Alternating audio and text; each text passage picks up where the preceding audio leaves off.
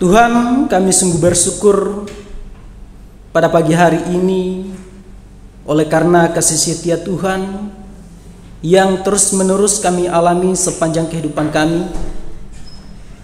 Sehingga pada pagi hari ini Tuhan, kami ada di tempat ini, jemaat-Mu sekalian, memuji dan memuliakan akan nama Tuhan. Terlebih khusus Tuhan, pada pagi hari ini kami rindu membaca dan merenungkan kebenaran firman Tuhan. Biarlah Tuhan mengurapi kami agar kami dapat mengerti apa maksud dan kehendak Tuhan melalui firman yang kami akan baca dan dengarkan. Sehingga dari tempat ini Tuhan, kami semakin hari semakin menghasilkan buah. Terlebih khusus Tuhan, hamba-Mu yang mempunyai banyak keterbatasan, kiranya Tuhan sendiri yang memampukan hamba-Mu, mengurapi hamba-Mu, sehingga hamba-Mu dapat menyampaikan kebenaran firman Tuhan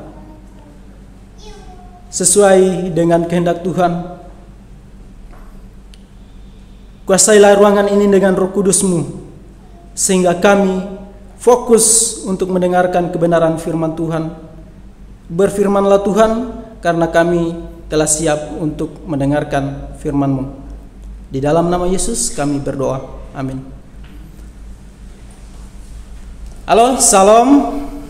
Selamat pagi jemaat Tuhan yang terkasih di dalam Yesus Kristus Tuhan kita.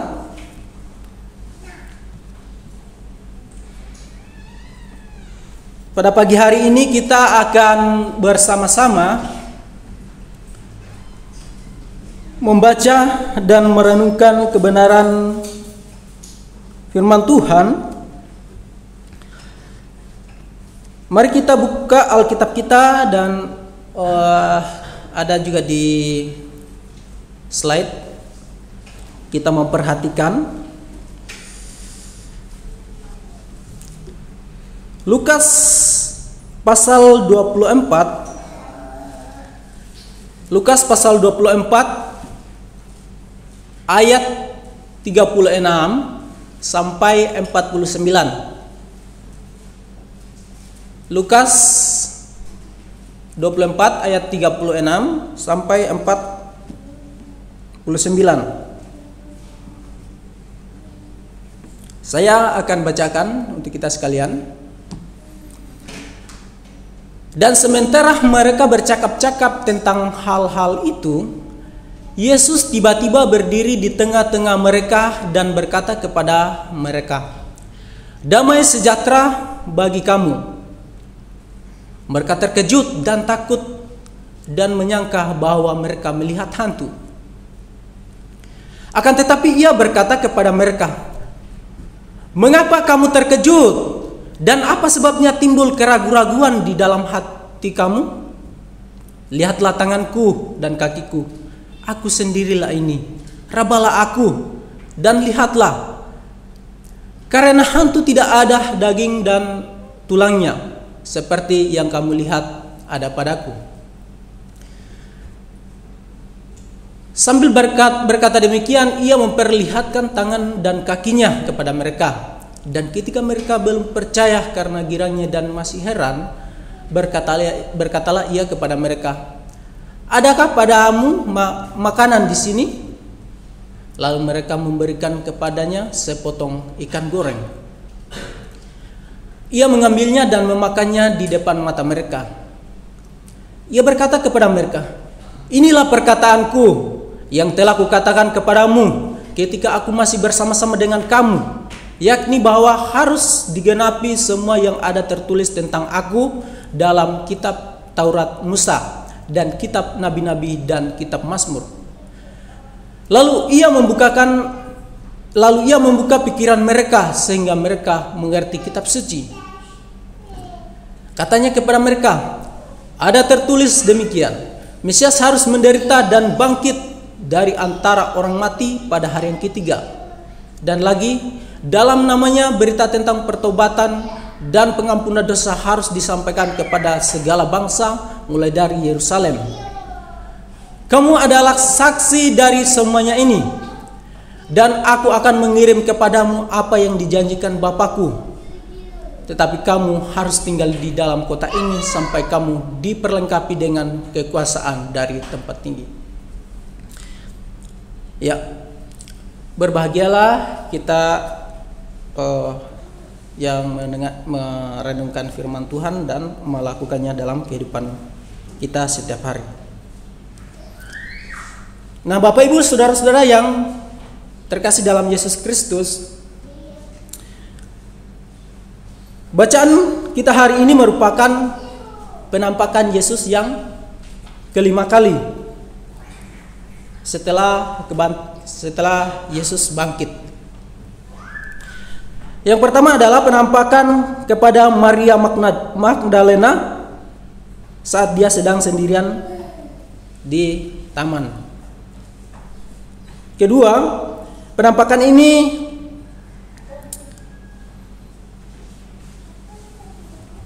kepada para wanita sewaktu mereka hendak memberitahu murid-murid Yesus. Kemudian kepada Petrus seorang diri. Kemudian yang keempat, kepada dua murid yang hendak menuju ke Emmaus. Kalau kita lihat ayat-ayat sebelumnya itu.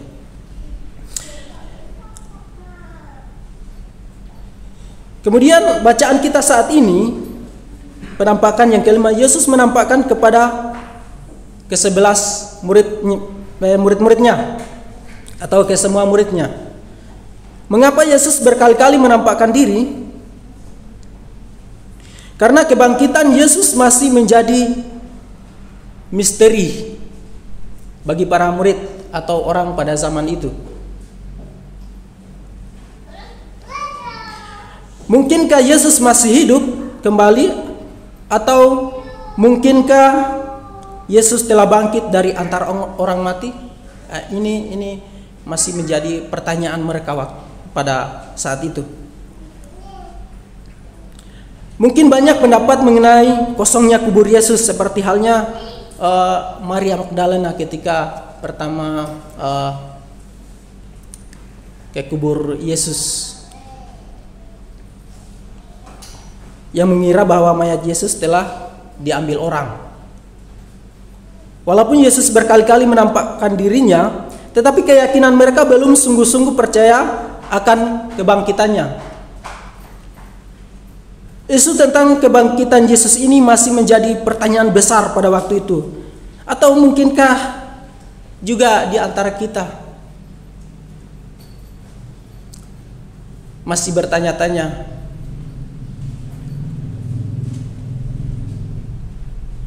apakah kita belum yakin akan kebangkitan Yesus?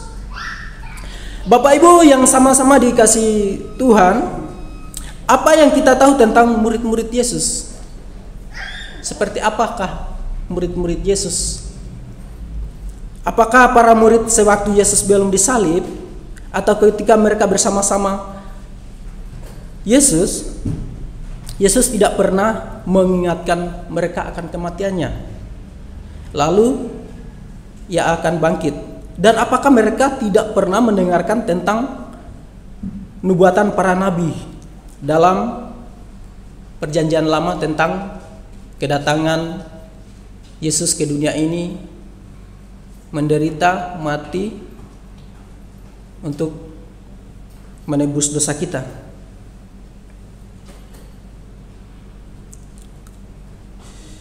Saya kira tidak. Seharusnya mereka tahu siapa Yesus sebenarnya dan apa misi Yesus datang ke dunia ini. Karena mereka setiap hari mengikuti Yesus, setiap hari mereka mendengarkan perkataan Yesus. Bahkan sebelum Yesus berdoa di Getsemani, Yesus sudah mengingatkan mereka setelah perjamuan bahwa semuanya ini harus digenapi. nubuatan para nabi harus digenapi. Bapak Ibu yang terkasih dalam Yesus Kristus, tema kita pada hari ini adalah bukalah pikiranku Tuhan. Ya, dari pusat, tema dari pusat memberikan kita tema bukalah pikiranku Tuhan. Dari tema ini,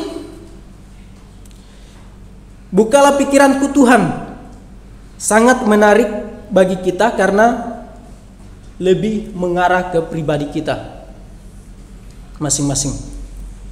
Firman Tuhan bacaan kita saat ini memang bukan hanya kepada murid-murid Yesus pada saat itu saja, tetapi juga kepada kita saat ini sebagai orang percaya, sebagai pengikut Kristus. Ini penting bagi kita, karena sedangkan murid-murid Yesus yang menyaksikan siapa Yesus secara langsung masih ada dalam keraguan-raguan, masih belum yakin dengan sungguh-sungguh tentang kebangkitan Yesus. Pikiran mereka masih tertutup akan kebangkitan Yesus. Nah, mungkin apalagi kita saat ini.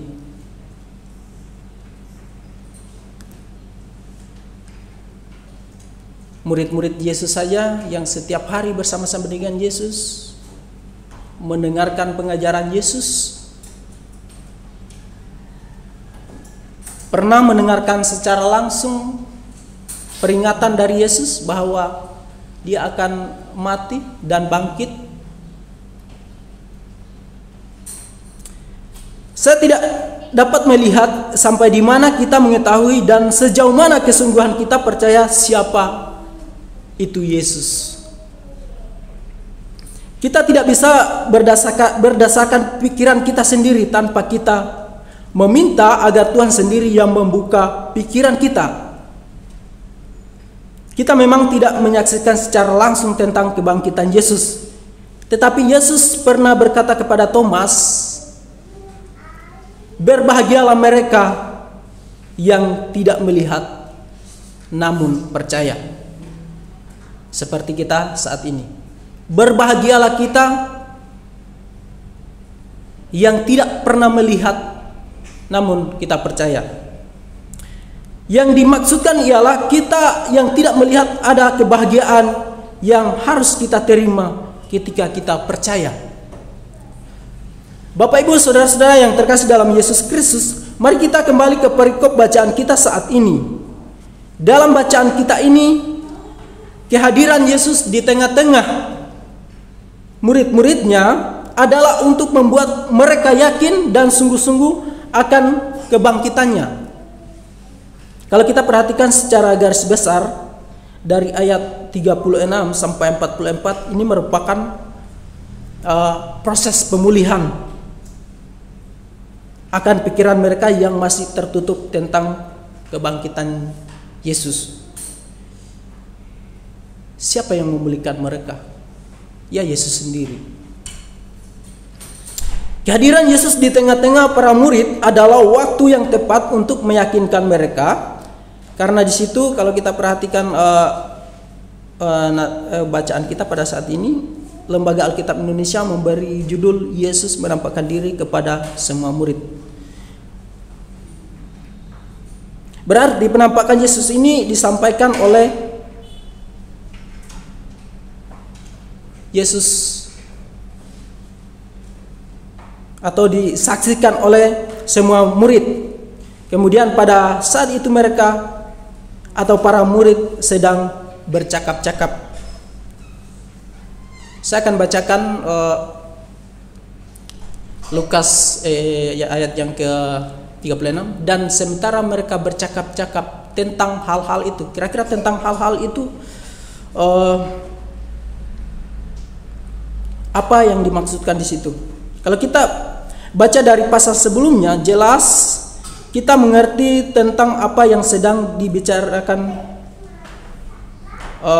semua murid-murid tadi.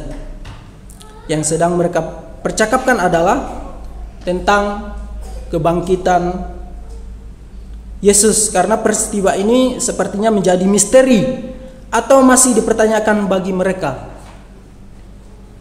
Mungkin pada saat itu mereka masih menyelidiki dan mencari bukti yang valid tentang kebangkitan Yesus.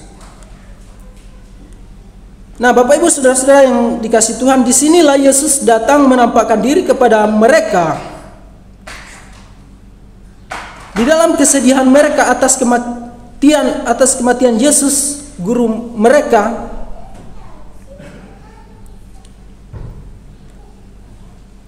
atau yang masih dalam pertanyaan, Yesus hadir dengan memberi salam untuk menghibur mereka, untuk menguatkan mereka. Masih di ayat 36. Sementara mereka bercakap-cakap tentang hal-hal itu, Yesus tiba-tiba berdiri di tengah-tengah mereka dan berkata kepada mereka, ini ya, damai sejahtera bagi kamu. Tapi apa yang menjadi respon mereka? Ayat yang ke-37. Mereka terkejut dan takut dan menyangka bahwa mereka melihat hantu.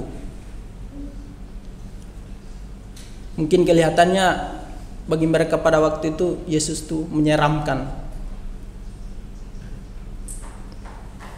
Mereka terkejut atau kaget dan juga mereka takut karena kehadiran Yesus secara tiba-tiba. Kehadiran Yesus dianggap seram atau menyeramkan bagi mereka. Bapak Ibu Saudara-saudara yang dikasihi Tuhan, coba misalnya ada orang meninggal, lalu kita berkumpul di situ, kita mempertanyakan kenapa orang itu meninggal, apakah dia sakit. Lalu sementara kita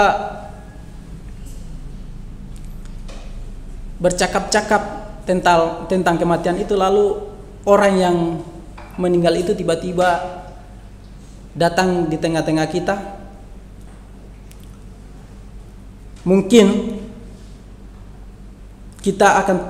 Mungkinkah kita akan tetap berdiam di situ?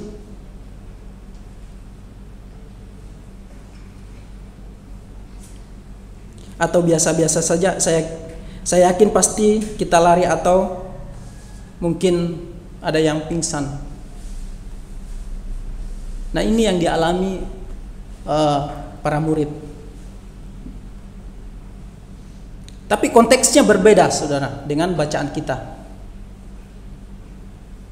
Apa yang dialami para murid pada saat itu, kalau itu terjadi pada kita saat ini, saya yakin kita akan terkejut dan ketakutan.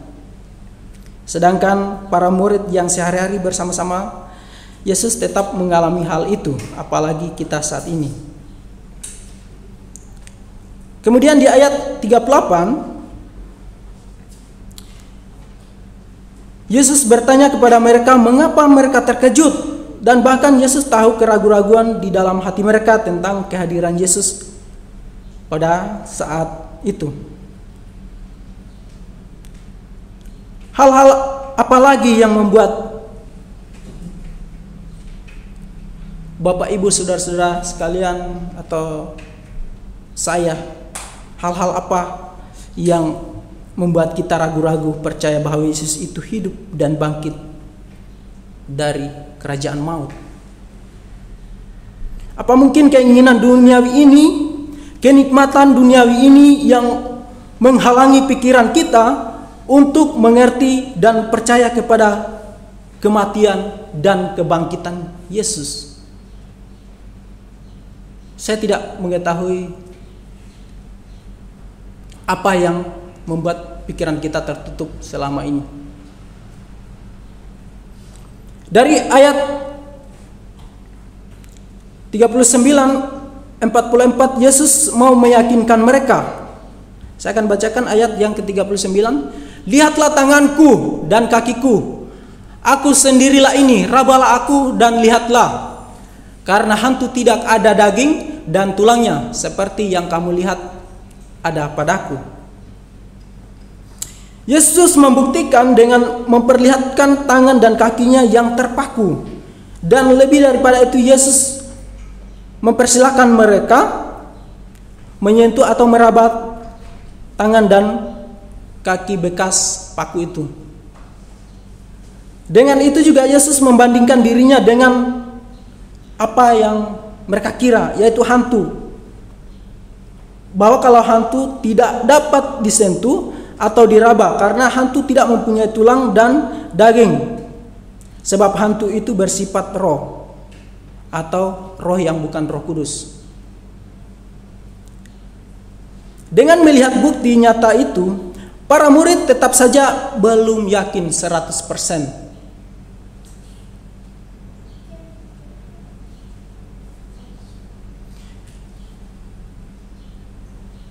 Coba kita perhatikan ayat 41-43.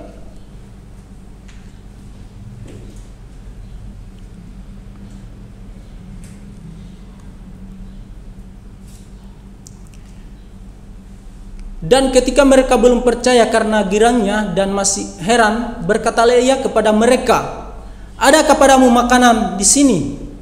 Lalu mereka memberikan kepadanya sepotong ikan goreng. Ia mengambilnya dan memakannya di depan mata mereka. Bapak Ibu saudara-saudara yang terkasih dalam Tuhan, para murid tetap saja belum percaya. Kemudian Yesus meminta makanan. Di sini kita jangan salah mengerti, ya, karena dikatakan di sini Yesus meminta makanan.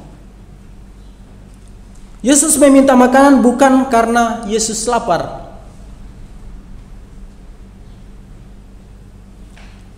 Berikan aku makanan karena aku merasa lapar. Ini tidak ada dikatakan demikian. Karena tubuh Yesus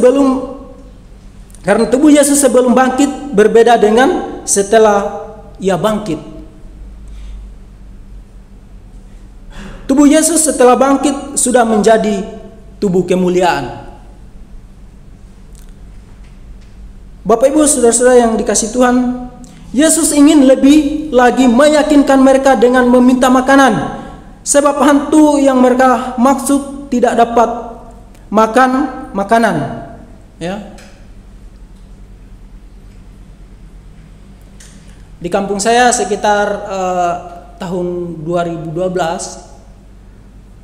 saya pernah melakukan perjalanan waktu tempuhnya itu 12 hari jalan kaki dari dari Sulawesi Tengah ke kampung saya. Jadi 12 jam itu saya seharian di dalam hutan. Di tengah perjalanan di situ saya melihat ada bekas tempat orang yang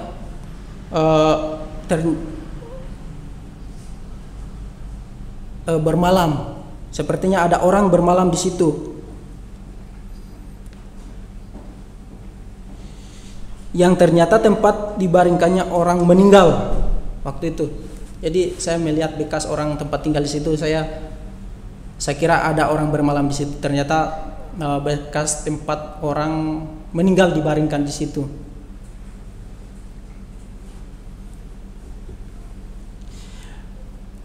Pertama ditemukannya mayat ini dengan keadaan dia masih dengan keadaan duduk waktu itu, tapi tidak bernyawa lagi.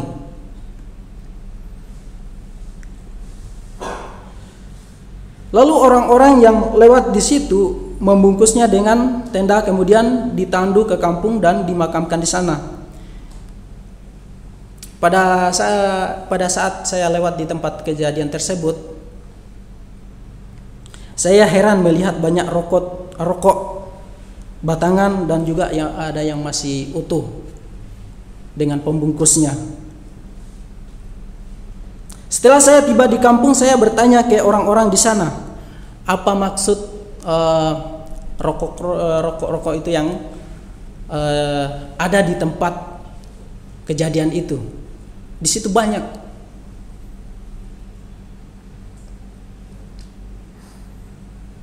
Kata mereka itu, orang-orang di kampung, rokok-rokok itu diberikan kepada orang yang meninggal tadi supaya tidak mengganggu kita dalam perjalanan. Ini aneh sekali.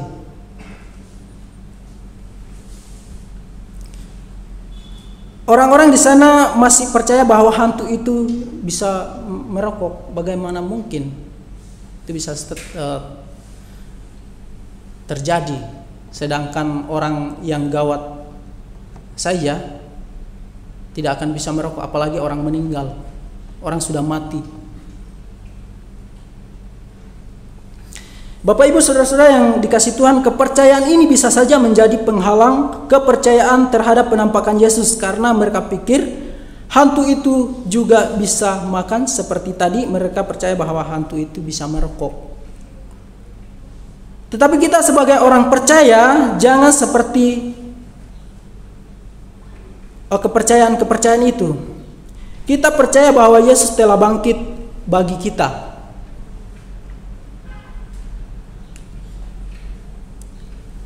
Pada ayat yang ke-44, dalam ayat ini Yesus kembali mengingatkan mereka tentang perkataan Yesus semasa mereka bersama-sama dengannya sebelum disalib, bahwa kebangkitannya itu adalah penggenapan dari kitab-kitab Taurat Musa, kitab-kitab atau kitab nabi-nabi dan juga Mazmur. Seharusnya para murid percaya tentang kebangkitannya, tetapi pikiran mereka masih tertutup. Itulah sebabnya dalam ayat yang ke-45 atau nats kita tadi, lalu ia ini adalah Yesus membuka pikiran mereka sehingga mereka mengerti kitab suci. Saya percaya bahwa kita semua sering mengalami pikiran yang tertutup mengenai siapa Yesus. Ya, memang kita tidak pernah lalai dalam ibadah seperti apa yang kita lakukan saat ini. Tetapi belum tentu pikiran kita terbuka 100%.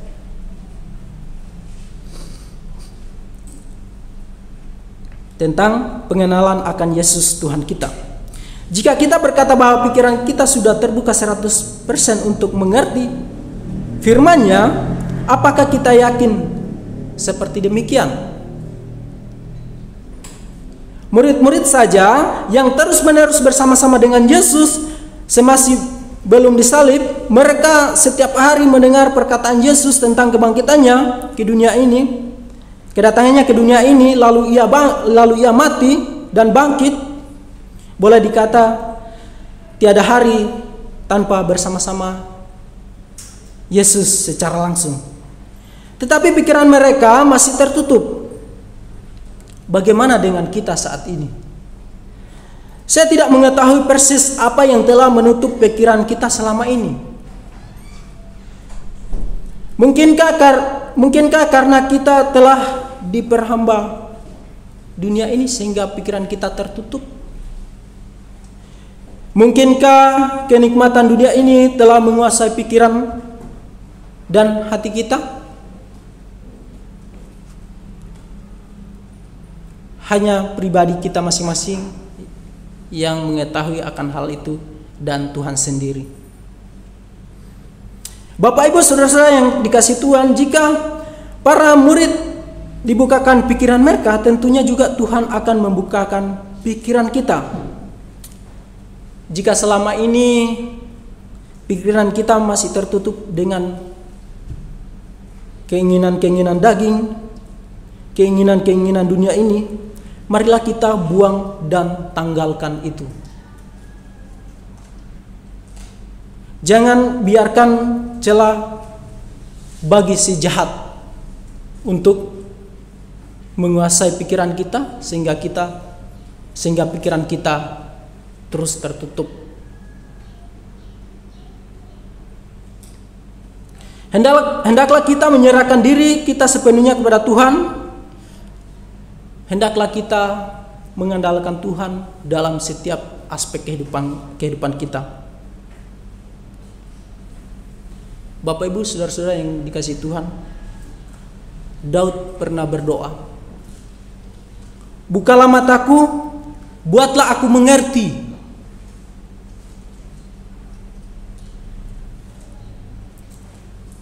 Kalau kita baca Mazmur 119, Daud mengucapkan, "Buatlah aku mengerti," sebanyak 4 kali. Bahkan Paulus yang mengenal Kristus lebih dalam, yang menyadari bahwa ia masih perlu belajar banyak tentang Kristus. Ini orang yang lebih jauh, lebih dalam mengenal Kristus. Mereka masih perlu dibukakan pikiran mereka, masih banyak belajar tentang Yesus.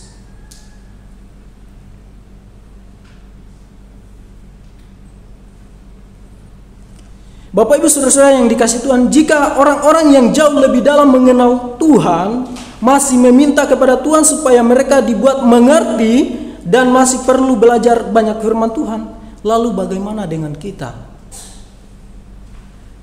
Marilah kita terus-menerus mendekatkan diri kepada Tuhan, berserah kepada Tuhan, teruslah berdoa kepada Tuhan agar Tuhan selalu membukakan pikiran kita, sehingga semakin hari kita semakin mengerti dan melakukan firman Tuhan dalam kehidupan kita.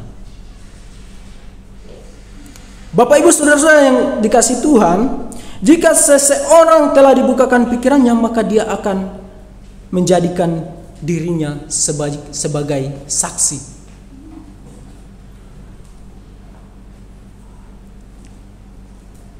Kalau kita kalau kita baca ayat, coba kita perhatikan ayat 48.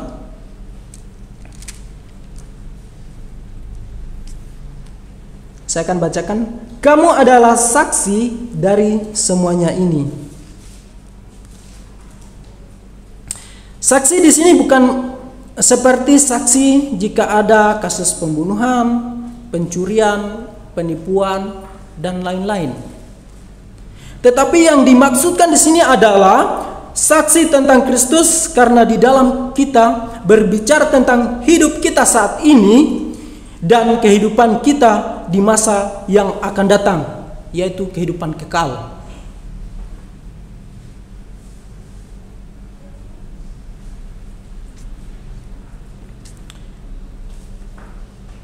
Ayat yang ke-47, "Dan lagi dalam namanya berita tentang pertobatan dan pengampunan dosa harus disampaikan kepada segala bangsa mulai dari Yerusalem." Kita menjadi saksi tentang pertobatan dan pengampunan dosa. Kita menjadi saksi kepada siapa? Di sini tidak dikatakan kepada kelompok tertentu atau kepada suku tertentu, tetapi kepada segala bangsa, ke semua orang, ke ujung bumi, mulai dari Yerusalem. Artinya, mulai dari diri kita, dari keluarga kita, orang-orang di sekitar kita. Tetapi bagaimana kita bisa menjadi saksi Kristus kalau sehari-hari perbuatan kita tidak mencerminkan Kristus di dalamnya? Bapak Ibu, saudara-saudara yang dikasihi Tuhan, jika kita juga telah dibukakan pikiran kita, maka kita akan menerima janji Bapa. Ayat yang ke-49, "Dan aku akan mengirim kepadamu apa yang dijanjikan Bapakku, tetapi kamu harus tinggal di dalam kota ini sampai kamu diperlengkapi dengan kekuasaan dari tempat tinggi." Janji yang dimaksudkan adalah tentang kedatangan Yesus. Kemudian juga kita akan diperlengkapi dengan Roh Kudus dan kekuasaan dari tempat yang maha tinggi. Nah, Bapak Ibu, saudara-saudara yang dikasih Tuhan,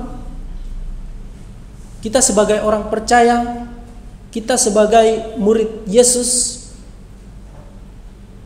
kita sebagai pengikut Yesus, marilah kita terus berdoa dengan menanggalkan kehidupan lama kita. Kita terus bersandar kepada Tuhan. Kita terus mengandalkan Tuhan dalam kehidupan kita,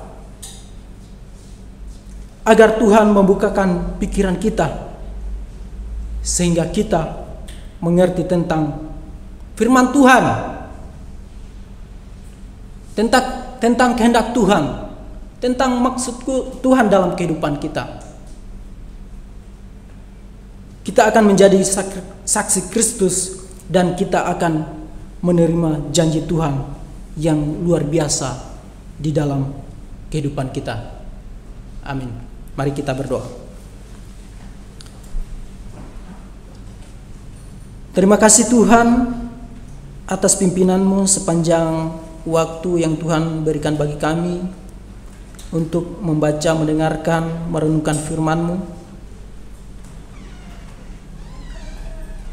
Kami sadar bahwa seringkali pikiran-pikiran kami masih tertutup. Oleh karena itu Tuhan, kami datang kepadamu.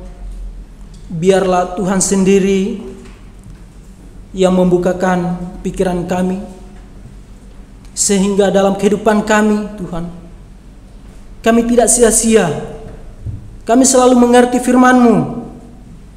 Kami akan selalu melakukan firman-Mu. Terima kasih Tuhan, biarlah dalam kehidupan kami setiap hari kami semakin hari semakin menghasilkan buah. Kami dapat berdampak. Kami dapat membawa jiwa-jiwa datang kepada Kristus. Ini doa kami Tuhan yang kami sampaikan di dalam anak-Mu Yesus Kristus, Tuhan dan Juru Selamat kami yang hidup. Amin.